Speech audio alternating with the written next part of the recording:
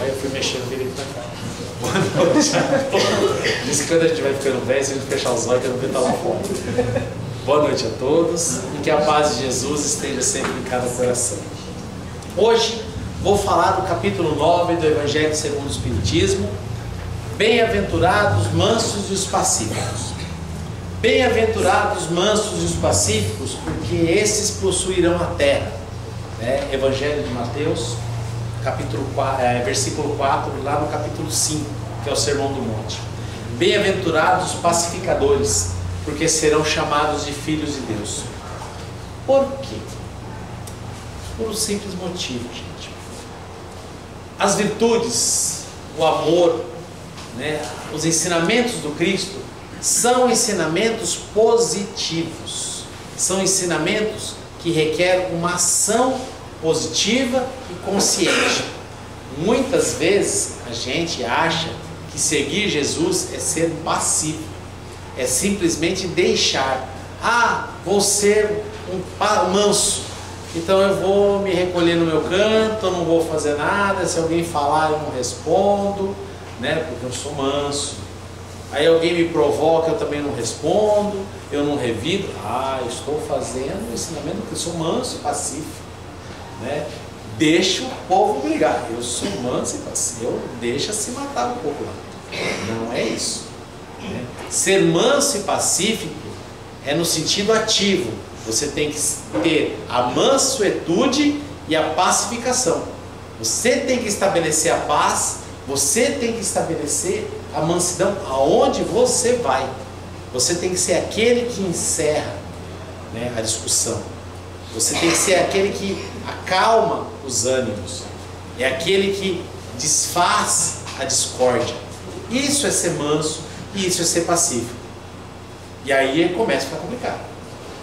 Mas o ensinamento do Cristo fosse fácil, ele não teria vindo há 2000 anos, vivido 33 e morrido na cruz. Ele tinha feito um multidor no Sermão do Monte e estava lá até hoje.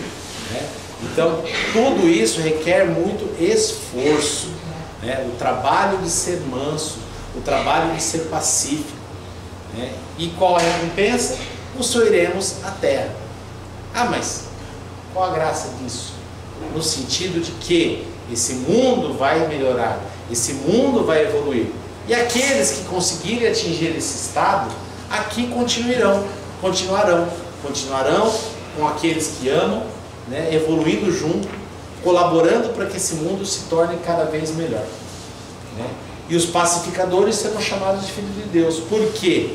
Porque quando está lá no início do Gênesis, e é lá na criação e fala, criemos o homem à nossa imagem e semelhança, é no sentido de que criemos o homem como se fosse o Filho de Deus, fazendo o que Deus faz em absoluto, ele possa fazer no espaço que ele está concentrado. E até hoje só uma pessoa foi chamada de Filho de Deus. Quem foi? Jesus. Então, ser filho de Deus é seguir os ensinamentos do Cristo, ou seja, fazer o que ele fez, amar como Jesus amou, viver como Jesus viveu, e o resto você já conhece a música. Então, o trabalho nosso é estabelecer essa vivência no nosso dia a dia. E como a gente faz isso? Também está lá, no Sermão do Monte, na segunda parte, quando Jesus falou, ouviste o que foi dito, não matarás. Mas eu em verdade vos digo, que aquele que se encolerizar contra seu irmão, já merece ser castigado. Aquele que dizer para o seu irmão, és louco, merecerá ser condenado pelo Sinédrio. E aquele que dizer raca para o seu irmão, já vai merecer ser condenado à jena, ser jogado no lixão espiritual, que a gente depois traduziu para o inferno. Mas enfim, tudo isso é condenável. Por quê? Porque toda ação negativa vem do sentimento. Toda ação negativa vem do sentimento. E o espírito é o quê? Sentimento. O corpo físico é uma roupagem, um veículo pelo qual o espírito se manifesta. Mas manifesta o quê? O que tem dentro. Então, se você mesmo que pareça ser bonzinho, mas no fundo, pelas costas, você fala, quero mais que se ferre, né? Esse sentimento responde por quem você é de verdade. E é esse sentimento que vai ser responsável por você ter que depois responder lá na frente, pelo sofrimento que vai voltar para você. Quantas pessoas, principalmente a gente pega ali André Luiz para ler Nosso Lar, Os Mensageiros, Obreiro de Vida Eterna, quantas pessoas desencarnadas naqueles vales de sofrimento, e quando você se vai conversar com ela, ela não fala como eu faço para sair daqui. Ela fala, mas por que eu estou aqui? Eu sempre fiz tudo certo, eu fiz tudo direito, né? Eu conheci até Bezerra de Menezes, por que eu estou aqui? É injusto? E qual é o problema? O problema é que, junto com tudo isso, nós temos o problema do orgulho. E o que o orgulho faz da gente? O orgulho pinta a gente de uma forma que a gente acha que a gente é melhor do que é. Então, quando eu tenho orgulho, eu não julgo que eu estou errado. O errado é o outro, né? Eu não julgo que eu ofendi alguém. Eu fui ofendido. Eu não julgo que eu agredi alguém. Eu recebi agressão de graça, né? Parece criança. Eu sou o primeiro filho de 3 irmãos. E era sempre assim em casa quando a gente era pequeno. Ele fez isso, mas eu não fiz nada para ele, né? E todo mundo que tem irmão sabe que primeiro você chuta, o outro revida, e você fala, mas eu não fiz nada, né? E sempre assim. E os pais que têm um pouquinho de visão percebem, né? A gente acha que está escondendo, a gente acha que está, não, mas eu sou perfeito. E os pais estão vendo que você vai lá e cutuca, você vai lá e provoca. E aí quando o outro revida, você, mas eu não estava fazendo nada, né? Eu estou inocente aqui. E nós, como seres encarnados hoje no planeta, a gente age da mesma forma, né? Quantos de nós nos achamos injustiçados pelas coisas que ocorrem? Sendo espírita, sabemos que tudo que nos ocorre é de justo, é certo. Se o que a gente fez de errado não foi nessa vida, foi na outra. Mas a grande maioria nessa mesma, tá? Mas foi na outra. Então tudo é justo.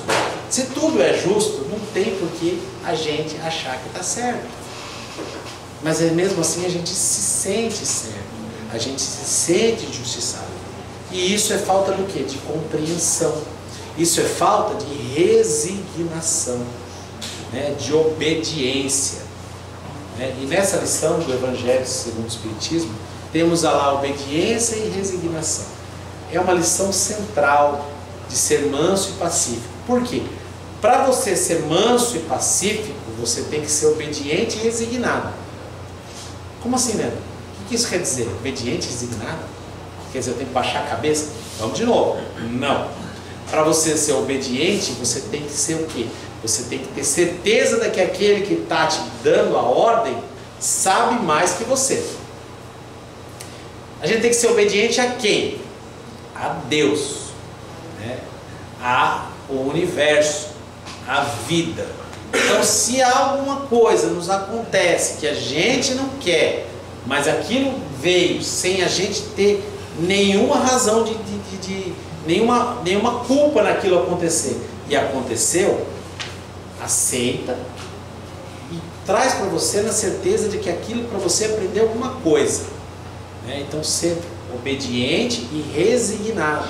Aceita, agradece a Deus e segue em frente, porque aquilo vai te trazer uma melhora lá na frente. Quantas vezes nos acontecem coisas que a gente fala, ah, que falta de sorte, eu perdi aquela oportunidade, né? Tem até uma história do rapaz que conta que um homem tinha uma fazenda, ele comprou um cavalo, aí o cavalo foge, e ele fala, aí o pessoal, os vizinhos, ah, que azar o seu, você gastou no cavalo e o cavalo fugiu. Aí o fazendeiro fala, não sei se é sorte, não sei se é azar, só o tempo vai dizer.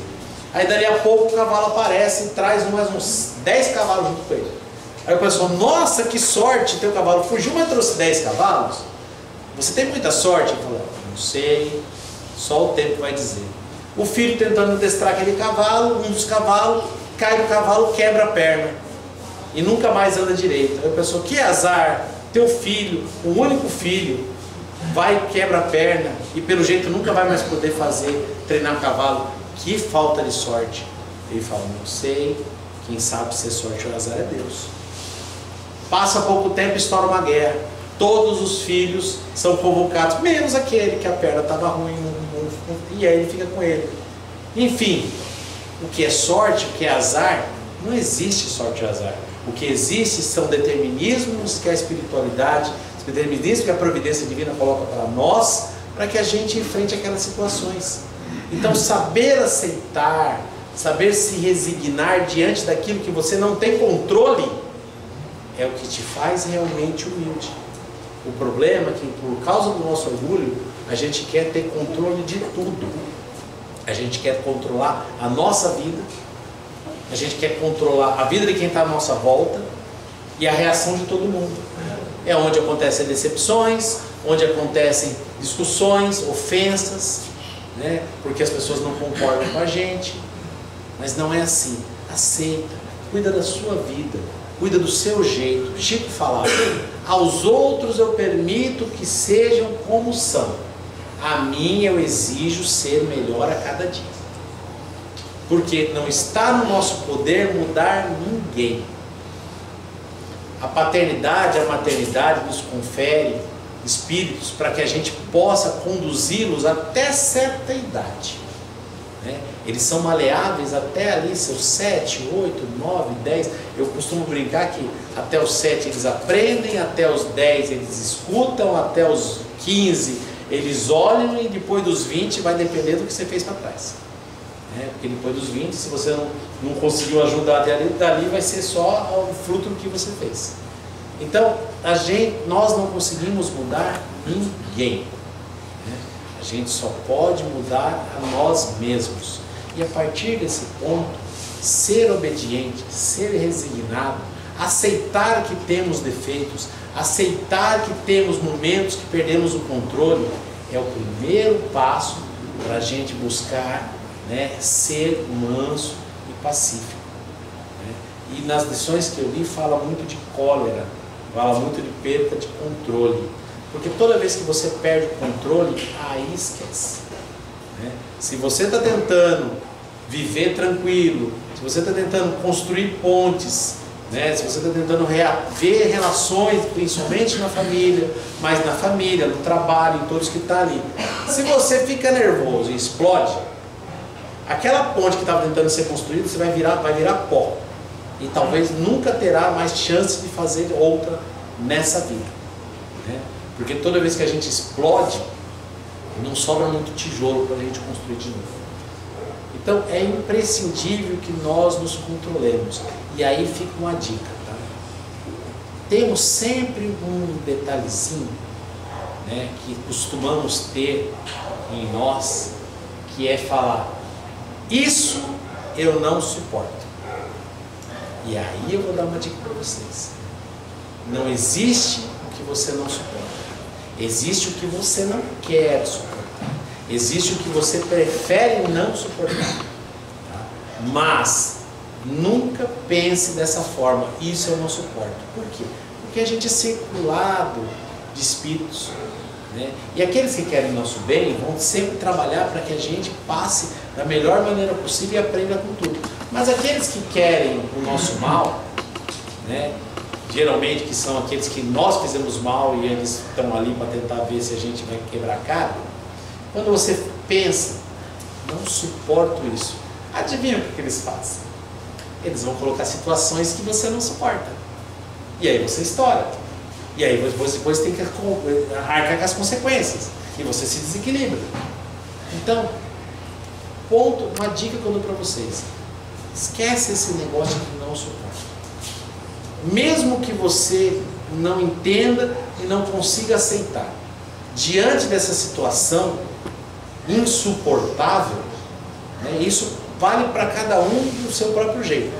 Tem gente que não suporta que alguém risque o seu carro, tem outros que não suportam que lhe chame de feio. Eu já não ligo, mas enfim, cada um tem seu ponto.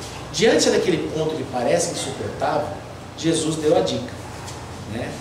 nele na cruz, passando por um sofrimento insuportável, ele olha para o céu e fala: Pai, perdoa. Ele não sabe o que faz.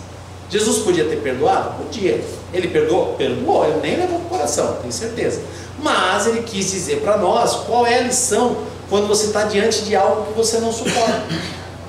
Ora para Deus e pede para que Deus envolva aquele que você não suporta, aquela situação, envolva com muita luz.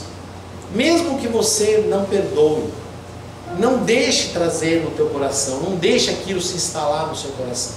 Então, nesse momento, ora, pede por aquela pessoa que está te perturbando. Eu lembro que uma vez me fecharam no trânsito e eu fiz assim: ah, Senhor, abençoa o coração dessa pessoa, pelo amor de Deus, abençoa. E as outras 432 vezes que eu lembrei dessa pessoa durante o dia, eu fiz a mesma oração. Lá nas 440, aí o coração começou a ficar mais tranquilo e passou. Então não é difícil. 400, 500 vezes a gente orando, a gente consegue, acalmar essa cólera, essa ira, e passou. Se eu não faço isso, eu faço o quê? Eu abro o vidro, eu xingo, eu buzino, e aí o desfecho seria diferente. Então aproveitemos essa dica. Ora, quando se fala orar e vigiar, não é para você orar e ficar olhando para o lado, é para você prestar atenção em você, aquilo que mexe com você. Quando aquilo mexer com você, você ora. Presta atenção em você e ore quando vê que você está perdendo o controle. Essa é a lição. Então, quando a gente pede, quando fala bem-aventurados os mansos, pacíficos, bem-aventurados os pacificadores, é isso. Para que toda cólera, para que todo nervosismo, para que toda ira em você se dissipe, em você acabe. E aí até André Luiz fala na última lição que eu li, e se você acordar e isso se tornar inevitável, ora para Deus pedindo para que você fique com dor de garganta e não consiga falar nada nesse dia. Ainda é melhor. Certo, gente? Muito obrigado e que Jesus nos abençoe hoje e sempre.